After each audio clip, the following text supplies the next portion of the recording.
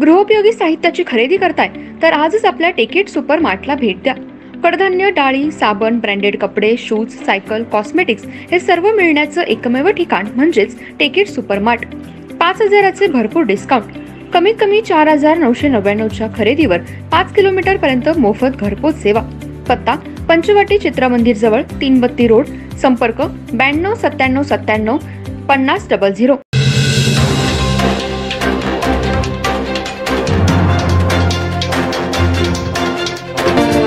नमस्कार, मी तेजस्विनी मगदूम। एम मराठीमध्ये आपल्या सर्वांचं स्वागत आहे। पाहूया ठळक घडामोडी।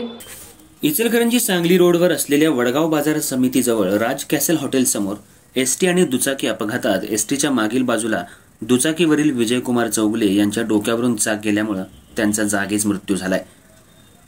रस्त्याचं काम संथ गतीनं सुरू असल्यानं आणि तिथं लाईटच्या खांबावरील फायबर वायर तुटल्यानं हा अपघात घडलाय। या अपघाताची नोंद गावभाग पोलीस ठाण्यात झाली आहे। इचलकरंजी शहरामध्ये सध्या रस्त्यांची कामं युद्ध पातळीवर सुरू आहेत। ही रस्त्यांची कामं निकृष्ट दर्जाची आहेत।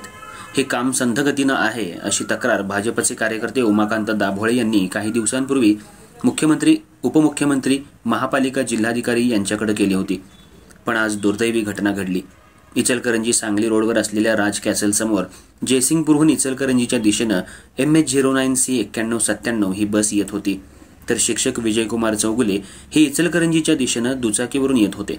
टू व्हीलरवरील चौगुले हे बाजूच्या रस्त्यानं एसटीला ओव्हरटेक करून जात होते, तर समोर असलेल्या एक फायबर वायर रस्त्यावर तुटून पडली होती। ही वायर दुचाकीच्या चाकात अडकली, त्यामुळे दुचाकीवरील शिक्षक चौगुले हे बसच्या मागील बाजूस असलेल्या चाकाखाली गेले आणि त्यांचा जागीच मृत्यू झाला। हा अपघात सकाळी 8च्या सुमाराला घडलाय। रस्त्याची कामं संथ गतीनं सध्या सुरू आहेत आणि निकृष्ट दर्जाची आहेत।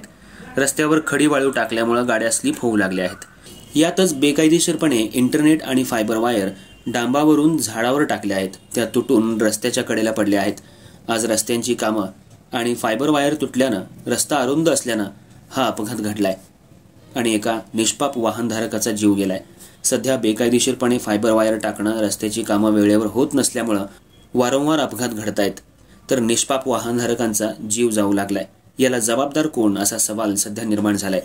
सार्वजनिक बांधकाम विभागाकडे या रस्त्याच्या कामासंदर्भाची तक्रार केली होती, पण याकडे बांधकाम अभियंता जाणून बुजून दुर्लक्ष करतायत।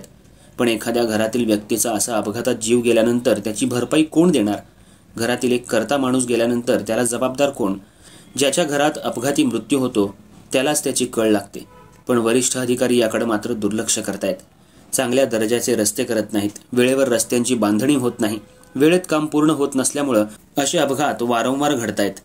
गेल्या काही दिवसांपासून सांगली इचलकरंजी रोड, यड्राव फाटा ते बिग बाजार पर्यंत रस्त्याचं काम सुरू आहे, पण हे काम सध्या संथ गतीनं सुरू असल्यामुळे अशा अपघातांना निमंत्रण द्यावं लागतंय।